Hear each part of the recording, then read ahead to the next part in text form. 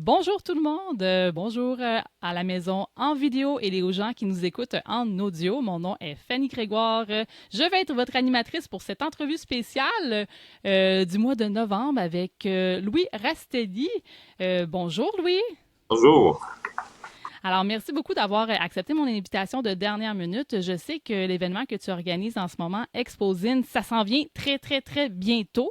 Ça va avoir lieu le samedi 15 et le dimanche 16 novembre prochain. Pour vous donner une idée, les gens à la maison, on enregistre aujourd'hui, je crois qu'on est le 4 ou 5 novembre? 5 novembre, oui. Donc, ça s'en vient rapidement. Tu viens tout juste de sortir d'un événement, tu me disais? On a fait depuis 8 ans, un peu à cause de l'achalandage incroyable à Exposine, on a lancé un autre salon, Volume MTL, qui est plus des centres d'artistes et livres d'artistes et des fanzines et graphzines un peu plus dispendieuses ou limitées, ainsi de suite. Donc ça fait à peine un mois là, qu'on a terminé une semaine d'activité autour de ce salon et ce festival-là. Et voilà qu'on se prépare une quinzaine d'activités autour du salon Exposine prochainement. Ouais, ouais, parce que c'est ça. Tu sais, on pense à toi, dans le fond, tu es un des cofondateurs de Archives Montréal. Puis avec ça, vous organisez Exposine, Volume Montréal. Il y a des conférences aussi, des ateliers. Des fois, j'ai vu, vous avez toutes sortes Ouais. d'activités. Oui, c'est rendu à quelque part entre 50 et 60 activités par année, là, incluant des ateliers, des collaborations. Puis du côté des archives, il y a un autre monde parallèle moins connu par le milieu artistique. On collabore à des conférences, des symposiums. On fait des coproductions avec d'autres festivals comme Metropolis Bleu, Pop Montréal, parfois FBDM et d'autres. Fait que c'est de Oui. quoi. Comme on dit dans le milieu, il faut bouger, sinon tu meurs. Pour garder l'organisme en vie, ça prend beaucoup de différents projets, différentes bourses euh, et ainsi de suite. D'une année à l'autre, il y a de plus en plus de demandes. C'est à cause de surtout le boom récent dans l'intérêt de retour à lire des revues, impression artisanale, même photographie avec des vieux caméras. Il y a un grand engouement actuellement Ben pour oui, c'est ça. ça que j'ai remarqué. Exposine, ça existe quand même depuis 2002. Corrige-moi si je me trompe, c'est ça qui était inscrit sur votre site web. Ouais. Il y a d'ailleurs- Sa première édition est venue en 2002. On peut dire que ça a pris un bon 3-4 ans après avoir fondé ArcMTL qu'on a finalement fait Exposine. On avait quelques détours euh, un peu par procrastination. Première édition, pas une scène. On était chacun à mettre une coupe de ça. Peut-être 200 pièces parmi 7-8 personnes pour monter le premier, ainsi de suite. Euh, mais c'était le deuxième grand projet. Après, on a commencé par faire le Distroboto, le réseau des machines à cigarettes qui vendait plutôt des fanzines, des petites œuvres d'art. Ça a lancé en 2001. Euh, et Ouais, je vais faire une parenthèse. Distroboto, dans le fond, c'est vraiment des petites machines, cigarettes là, qu'on retrouvait dans les années 70, 80, jusqu'à 80, je pense, bon, environ. Longtemps, hein, plus longtemps que ça. 2006, Puis là, on est devenu illégal en 2006, mais on les voyait dans les bars et les restaurants jusqu'en 2006, en fait. wow, quand même. Puis là, dans le fond, à place de distribuer des cigarettes, on distribue des œuvres d'art. Oui, depuis le début, parce qu'on était plusieurs qui faisaient des fanzines quand on a lancé ce projet-là, on a Euh, il y a eu des miniatures, des mini-BD, des fanzines. Le phénomène des mini-BD était déjà existant à l'époque, fait que ça se prêtait très bien à ça. Puis on en retrouve à ce jour, presque 25 ans plus tard, dans les machines. Oui, puis il y a une question qui me vient comme ça à l'esprit. Tu dis que ça existe depuis vraiment longtemps, là, Exposine, mais pourquoi tu crois que ça existe depuis ça aussi longtemps? Pourquoi ça a une longévité aussi longue? En fait, je pense que les principes de dépense à 8 personnes. Donc, il y avait moi, Julie Doucette, Simon Bossé, Benoît Chaput, Billy Mabréas. On était tous des gens qui participaient à d'autres foires, d'autres salons. Et on sentait plusieurs affaires. Il y avait un manque de collaboration sur la distribution. Dans le temps, on pouvait avoir une trentaine de librairies et magasins qu'il fallait aller chercher, amener des livres. Fait qu'on a dit, bon, on va faire un organisme qui fait une sorte d'entraide de ce côté-là. On va faire un salon. Puis tant qu'à y être, on a décidé, on devait avoir une sorte de centre d'archives pour garder ces choses-là, parce qu'à ce point-là, on pensait tous que les années 80 disparaissaient vraiment pour de bon. Puis il n'y avait personne, le BANQ, personne touchait à ces genres d'affaires-là. Fait qu'il y a eu l'idée de faire ces trois choses un peu comme un mandat d'une association de petits éditeurs pour faire par nous, pour nous, le genre d'affaires qu'on sentait qu'il y avait un besoin. Que Distroboto est finalement devenu un peu la version de point de distribution commun pour ainsi de suite, réseau de points de distribution. Exposine, évidemment, est devenu le salon. Et pour le côté de la longévité, mais c'est à cause, comme je dis, la longévité, c'est surtout, on avait raison qu'il y avait un besoin pour ces choses-là. Comme on est toujours géré par des gens qui sont les usagers et les artistes qui apprécient ces projets-là, ça continue à être bien fait. C'est rien de différent de ce côté-là. Le besoin est toujours là. Il n'y a jamais eu de cesse, de manque de gens, des nouvelles générations pour en profiter. Mais d'autres choses, on peut dire, c'est le manque de scandales et de crises ou de conflits entre fondateurs qu'on a vu. Parce que, en parlant de 25 ans, là, pour Exposine, on a perdu Canzine. Canzine a précédé Exposine par 3-4 ans. On peut Canzine, c'est à Vancouver, je crois? Toronto, mais ils ont finalement, des années plus tard, l'année 2000, ils ont fait des versions à Ottawa et à Vancouver à quelques reprises. Mais c'est disparu il y a un peu plus qu'un an sur un scandale assez ridicule. Donc, on va peut-être en parler durant Exposine. Mais bref, le fondateur est revenu pour prendre contrôle quand il a su qu'il était pour avoir des tables pro-palestiniens et ainsi de suite. Lui, il soutenait pas du tout cette cause-là, puis il a tout fermé. Mais ici à Montréal, le salon qui nous prédate aussi, qui a directement inspiré Exposine, parce que je faisais partie de l'équipe et on siégeait au salon anarchiste qui a commencé en 1998. Puis il y avait beaucoup d'artistes et de fanzines pas exactement anarchistes qui profitaient de ce salon-là les premières années. Et celui-là aussi a disparu dans une certaine façon il y a 4 ans à cause d'une grande controverse qui a fait en sorte qu'il y a maintenant 2 équipes de salon et un nouveau qui l'a remplacé. Fait que quand je vois ça, avec ces 2-là qui disparaissent, ça veut dire qu'on est le plus ancien salon de fanzine, de petits éditeurs. Au Canada? Ouais. Okay. Aux États-Unis, ça doit être un autre milieu, là. Ça doit être différent aussi. Là. Je connais un peu moins le marché aux États-Unis, mais au Canada, oui, je sais On considère que le Salon anarchiste de Montréal était un grand exemple et un grand catalyseur. Il a inspiré celle qui est venue à New York. Et c'est Exposine qui a inspiré le Brooklyn Comic Arts Fair puis le Printed Matter New York Art Book Fair. Les fondateurs des deux venaient à Montréal. Les premières années d'Exposine, il y avait plein de gens de New York. Donc, on a vraiment été parmi les premiers. Les grands salons du genre dans le monde, ils ont tout en 10, 15, 17 ans. Et on est fiers d'avoir pu inspirer ça, parce que c'était international dès le début. Le deuxième exposé, il y avait des gens de l'Europe et des États-Unis, puis par la suite, de plus en plus. Oui, c'est super intéressant ce que tu me dis. Puis aussi, tu m'as mentionné, je crois que c'est moi que tu avais mentionné, comme quoi qu'il n'y avait pas beaucoup de financement qui venait de la ville, étonnamment, depuis les dernières années. Est-ce que tu peux nous en parler un petit peu plus de ça? Oui, en fait, ça peut être surprenant qu'on respire un peu mieux avec un changement d'administration. Je dis un changement, parce que l'équipe qui était en place ces dernières années a été très contrôlante, ils ont changé plein de programmes pour viser exactement des priorités très spécifiques.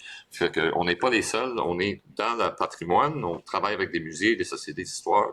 Ils ont éliminé le seul programme qui était en soutien des projets historiques, qui a coûté beaucoup à plusieurs organismes qui s'en dépendaient.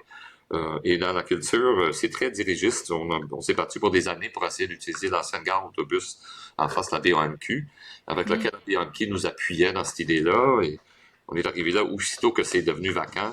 Mais il y avait une obsession avec un genre de centre de recyclage et d'économie circulaire qui a fait en sorte qu'il y a maintenant une friperie dans le bâtiment-là qui est comme pas très populaire. Il n'y avait juste pas d'écoute, pas de soutien. Puis en fait, pour Exposine, ils nous avaient proposé de le déménager dans l'Est, un peu comme Estposine, parce qu'ils avaient décidé que le pôle littéraire et de BD de Montréal était pour être coin Ontario-Pineuf. Puis ils nous ont tous contactés. Va là-bas, on a un gros projet. Finalement, c'était en lien avec un des objectifs de développement, avec les tours autour du Jacques-Cartier. Bref, on se sentait comme on était des agents de vente de condos. Ouais, c'est un peu particulier, effectivement. Le bureau des festivals nous avait invités à visiter justement un nouveau condo sur Sherbrooke à un moment donné.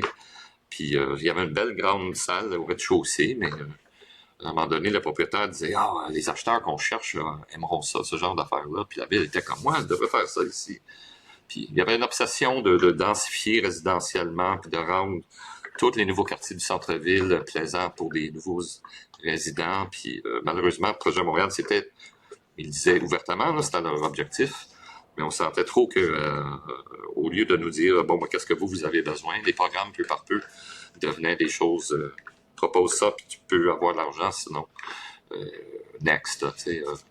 On va voir ce que Ensemble Montréal s'ils vont avoir le même genre de tactique ou s'ils vont changer leur fusil d'épaule. À suivre, j'espère que ça va être mieux pour vous pour les prochaines années parce que ça fait quand même longtemps que vous êtes là et c'est pas Pour la la 20, dernière année. ouais, on peut espérer pour la 25e exposée d'être dans un lieu autre Bien qu'un. sûr. Ben oui, j'allais en parler justement du 25e, on va y revenir. Mais premièrement, je voulais juste revenir vers faire un petit croche vers toi. Moi, je me demandais d'où te vient ta passion du fanzine ou du zine, comme on dit en anglais. Probablement comme enfant, là, j'étais le genre d'enfant qui dessinait des BD, puis achetait et lisait beaucoup de BD. Et après ça, de la science-fiction, des revues. Puis je m'ai mis même, je pense à 10 ans, j'avais organisé avec l'enseignante d'imprimer une sorte de petit fanzine avec des contributions de toutes les autres étudiants dans la classe. Après ça, en secondaire, le journal, j'écrivais pour le journal de l'école secondaire, tout ça. Donc, j'étais déjà vraiment là-dedans. Rendu à 16 ans, j'ai commencé à écrire pour des fanzines et des revues montréalaises sur la musique et ainsi de suite. Fait que j'ai jamais vraiment arrêté. J'ai fait un détour en architecture et j'ai travaillé beaucoup plus dans ce domaine-là professionnellement. Mais disons que j'ai jamais arrêté, mais c'est surtout les années 90. Pour une dizaine d'années, je publiais la revue Fiche Piste qui était très populaire. Qui a été republié aussi chez, c'est-tu Drawn in Quarterly ou je me trompe de maison Il n'y a d'édition? pas eu de réédition. Non? Il reste quelques exemplaires de quelques numéros qui sont redevenus très populaires à Exposine, curieusement. Mais il y a un livre à propos Fiche Piste qui a été publié au printemps. Exactement. Ça a été lancé par un quarterly que je n'avais pas vu venir non plus, mais je pense que ça fait partie de la nostalgie millénaire qui commence à s'installer.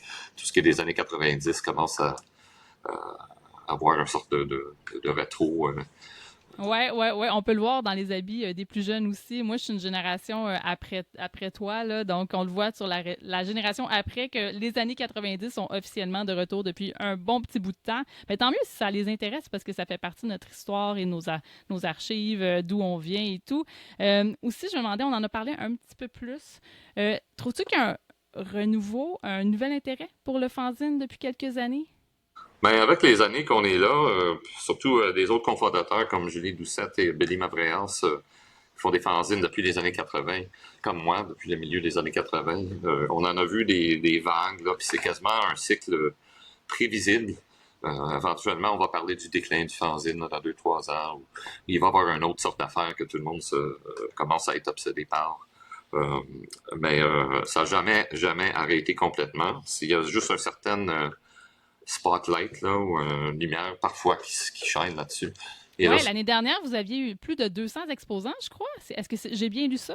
ben, le problème là, c'est que depuis 2006, on gravite autour de 250 exposants. Oh. Et on n'arrive juste pas à trouver des lieux où c'est plus grand. Depuis plusieurs années, on reçoit plus de 400 demandes. Et comme on a recommencé à faire des échanges et des délégations avec des salons en Europe et ailleurs au Canada, aux États-Unis, on voit que chez nous, on a une grande limite. Là. On est allé à Berlin l'année passée où l'équivalent d'Exposine avait 365 exposants, mais c'était une belle, grande, une sorte de lieu culturel, comme on a à Montréal, mais qu'il ne nous prêtera jamais quelque chose comme ça pour Exposine. Là. Mais pourquoi tu penses que on dirait qu'il y a un blocage parce que c'est extrêmement populaire. C'est les instances, ils comprennent pas c'est quoi, c'est Un mélange de bureaucratie très lourde dans la ville, qui est là depuis... Et moi, j'observe la ville de près. Je suis aussi, en tant que background en architecte, j'assiste beaucoup à des conseils de la ville, des consultations publiques. Depuis qu'on fait Distroboto, on avait des Distroboto dans la bibliothèque pour quasiment 20 ans. Donc, j'ai eu affaire à travailler avec le service culturel et tout. Il y a beaucoup de lourdeur bureaucratique qui empêche le genre d'ouverture et imagination.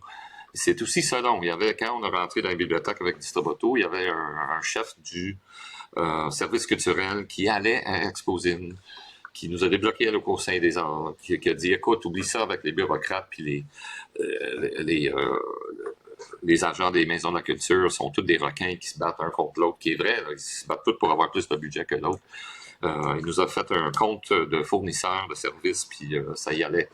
Malheureusement, quand lui est parti, et j'en parlais un peu de la dernière administration, c'est devenu beaucoup plus dirigiste et beaucoup plus rigide.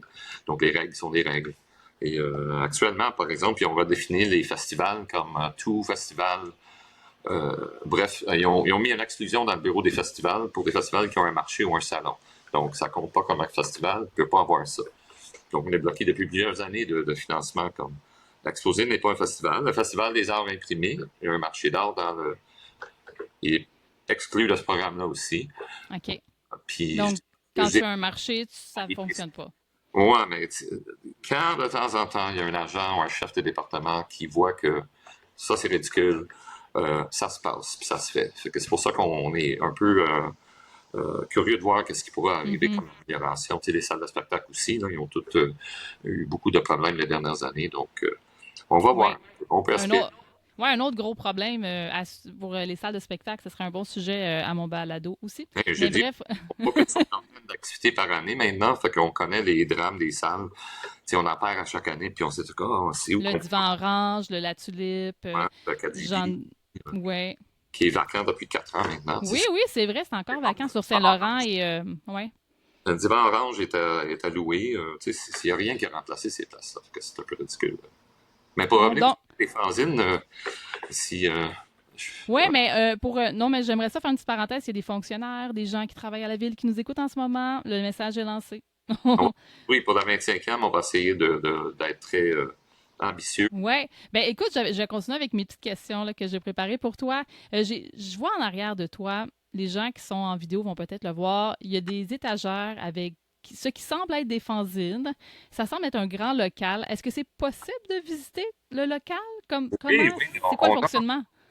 Mais c'est un centre d'archives, c'est un peu comme une bibliothèque, mais vraiment, ça prend un appointement, un rendez-vous. Généralement, les gens nous disent s'il y a un intérêt en particulier, parce que c'est beaucoup des gens qui travaillent sur des livres ou des anthologies ou des films documentaires, même, on en a appuyé beaucoup, ou ils veulent faire des recherches sur des affaires académiques ou pour l'école. C'est toujours possible de venir pogner puis s'asseoir et lire des fanzines, mais on est très aussi soucieux de garder des copies en bon état puisqu'on en numérise beaucoup.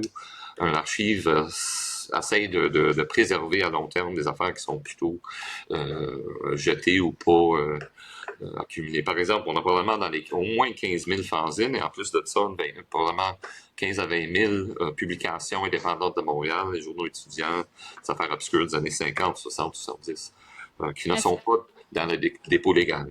À tout respect, là, c'est pas le même fonctionnement la BANQ. Oui, c'est ça, la BANQ, en fait, c'est ça, ils ont un autre fonctionnement. C'est quand même assez récent, depuis quelques années, tandis que vous, ça fait quand même plusieurs années que vous les ramassez. Est-ce que c'est au travers de Exposine? Parce que je me souviens, pour avoir déjà participé à Exposine, on avait le choix de vous laisser des copies, en fait. Puis je me demandais, est-ce que ça fonctionne encore comme ça? Oui. En fait, la BANQ et les premières années d'Exposine, même la Bibliothèque nationale d'Ottawa prenait une table pour informer les nouveaux éditeurs. Il y a même quelques années où une équipe de la Conseil des arts du Canada prenait une table pour encourager et aviser les jeunes BDistes, écrivains. Ils venaient juste approuver la BD comme un genre légitime pour aller faire une demande de bourse. Donc, il y avait une assez longue tradition de collaborer. L'affaire qui, à ce jour, qui se passe, c'est qu'en tant que l'organisateur, on a des prix Exposine, on a des boîtes pour les archives. On peut sortir d'Exposine avec au-dessus de 250 acquisitions, en plus de ce qu'on va acheter nous-mêmes pour assurer qu'il y a des choses qui ne nous échappent pas. Mais la BANQ distribue des formulaires de dépôt légal. Ils peuvent juste accepter tout ce que les gens vont pour les gens qui vont prendre le temps de remplir et donner le formulaire avec le fanzine. Et donc, avec le ISBN et tout, là? Oui, je crois qu'il s'en sort avec 30 et 40 publications par année. Mais eux autres ne sont pas libres d'aller à des ventes de garage ou de passer par une librairie qui a quelques fanzines et des zines et de dire « Ah, ben tiens, parce que c'est tout un processus. » C'est la même chose avec le réseau des bibliothèques. On a aidé Rosemont récemment à monter une collection de fanzines et de livres et de publications d'artistes et d'écrivains de Rosemont. on a appris c'est quoi les lourdeurs de le processus d'acquisition. Ça, c'est une des raisons pourquoi c'est important qu'on est toujours là. Puis toutes ces institutions-là sont vraiment contents qu'on est là, parce qu'ils n'ont pas les moyens ou les systèmes pour juste être ouverts à toutes. Et c'est pas qu'on est ouvert à toutes, mais on est très branché dans notre milieu avec tous les projets qu'on fait. De plus en plus, les gens savent où les porter. Puis pour répondre à la question, bien sûr, il y a des visiteurs à tous les semaines pour toutes sortes de raisons, pour les collections, incluant pour les fanzines et les livres d'artistes. Super intéressant. Écoute, on va revenir un petit peu à Exposine parce que j'ai vu qu'il y avait une programmation qui était du 7 au 16 novembre. Là, je vais juste faire un petit résumé. Il va y avoir les galas des prix Exposine ce vendredi. Donc, il va être au Quai des Brumes. Il y a aussi, j'ai vu là, une conférence internationale de 3 jours sur le sujet des archives et bibliothèques de Zine qui s'appelle ZAM. Cette conférence-là, c'est quoi ça?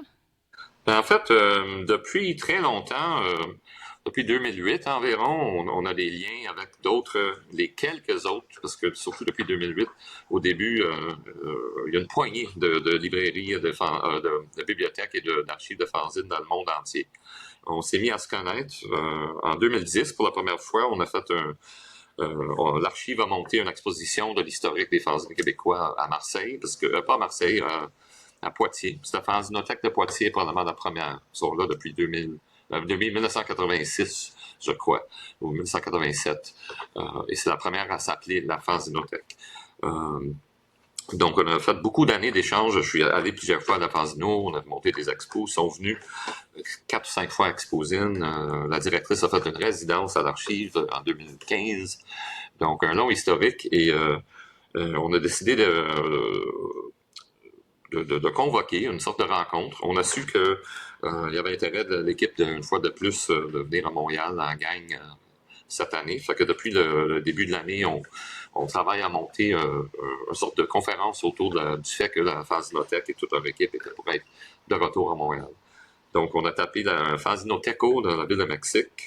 Il y a un autre de l'Italie qui va être présent en vidéo. On a des gens de Halifax, qui est probablement le plus ancien bibliothèque de fanzine ou fanzinothèque au Canada, qui sont là depuis 97-98. Et quelques autres, Toronto Zine Library. Il y en a 7 ou 8 avec quelques personnes qui viennent tout ensemble. Et c'est un peu comme une conférence professionnelle parce que le programme est très pointu et très spécifique. Il va probablement avoir des étudiants en bibliothéconomie et quelques curieux et ainsi de suite qui vont s'inscrire pour s'asseoir pour voir les discussions. Mais c'est vraiment une sorte de conférence d'opportunité de partager des infos, des façons de faire et faire des visites à tous les petites collections à Montréal de Zine. Excellent. Je vais tout inscrire les dates, les moments là, dans les show notes de l'émission. Là. Donc, si on parle de quelque chose, vous pouvez aller voir dans les notes de l'épisode. Là, en ce moment, là, le 5 novembre, je rappelle qu'on enregistre cette date-là. Il se passe quelque chose, la grève avec la STM. Puis là, je me demande, est-ce que vous avez prévu des choses? Est-ce que vous avez un plan numéro 2 si jamais il y a encore une grève? On espère qu'il n'y aura pas de grève, mais si c'est continué, est-ce qu'il va y avoir... Avez-vous des idées, là? Ben là, c'est sûr qu'on espère que ça va pas durer. Moi, personnellement, je pense que ça va éclairer probablement en temps pour le salon. Ça aide pas du fait qu'on a des gens de partout dans le monde là, qui viennent mardi, mercredi, pour quelques jours, même plusieurs jours. Là, je parle de la conférence, mais des exposants, il y en a aussi qui en profitent pour passer du temps à Montréal. Donc, c'est sûr que ça va être plate pour des touristes ou choisir un mauvais moment comme ça pour y être. Par contre, je pense que ça va se clairer pour la fin de semaine, mais malheureusement, il y a eu quelques questions sur ajuster les heures d'accès. Tous les exposants, si on pouvait laisser rentrer à 6 heures du matin, il y en aura une cinquantaine prête à le faire et passer 5 heures à monter leur table. Mais on n'a juste jamais ce genre d'accès-là à ces lieux-là. Ça fait que malheureusement, ça c'est peut-être une affaire à considérer, c'est est-ce qu'il y a un lieu quelque part, tu ne peux pas attendre dans le métro. Si les gens sont forcés d'attendre entre le dernier métro puis l'accès à la salle, il y a nulle part pour les laisser rentrer. Ils ont condamné l'église en haut, fait que ça, c'est pas une option. Donc voilà, une des autres raisons pour lesquelles on est frustré de ne pas pouvoir travailler avec la ville sur des lieux un peu plus accueillantes et larges. Mais... Oui. Ben, je me souviens, entre autres, il y avait je sais pas si tu connais TCAF, à un moment donné, il était dans une grande, grande bibliothèque, puis je trouvais ça assez incroyable parce que, justement, c'est un lieu accessible pour tous et toutes, et puis c'est sûr que ça serait le fun d'avoir un endroit un peu comme la BANQ ou une bibliothèque à Montréal qui accueillerait Exposine, Il y a eu justement. on a eu une rencontre en 2019, une deuxième il y a un peu plus qu'un an, avec les gens de la Grande Bibliothèque. Puis on a monté la page d'accueil de l'équivalent de la Grande Bibliothèque de Toronto, mais des photos de TICAF sur la page d'accueil. Puis on voit que c'est rempli de monde, des auditeurs et tout. Pour eux autres, c'est la grande fierté. Là, puis malheureusement, les deux fois qu'on a rencontré l'équipe de la Grande Bibliothèque, aussitôt qu'ils ont vu ces photos-là, ils ont dit « Oh, mais non, écoute, ça a l'air bruyant, ça. Tu sais, ici, c'est une bibliothèque. Ah, c'était La pas règle, bruyant. J'y c'est la étais. silence. » Je suis comme bon, pour revenir au sujet, regarde, Toronto, c'est gros, c'est populaire, ils adorent ça. Non. Fait que, on peut espérer qu'il y ait un changement de gens qui sont un peu.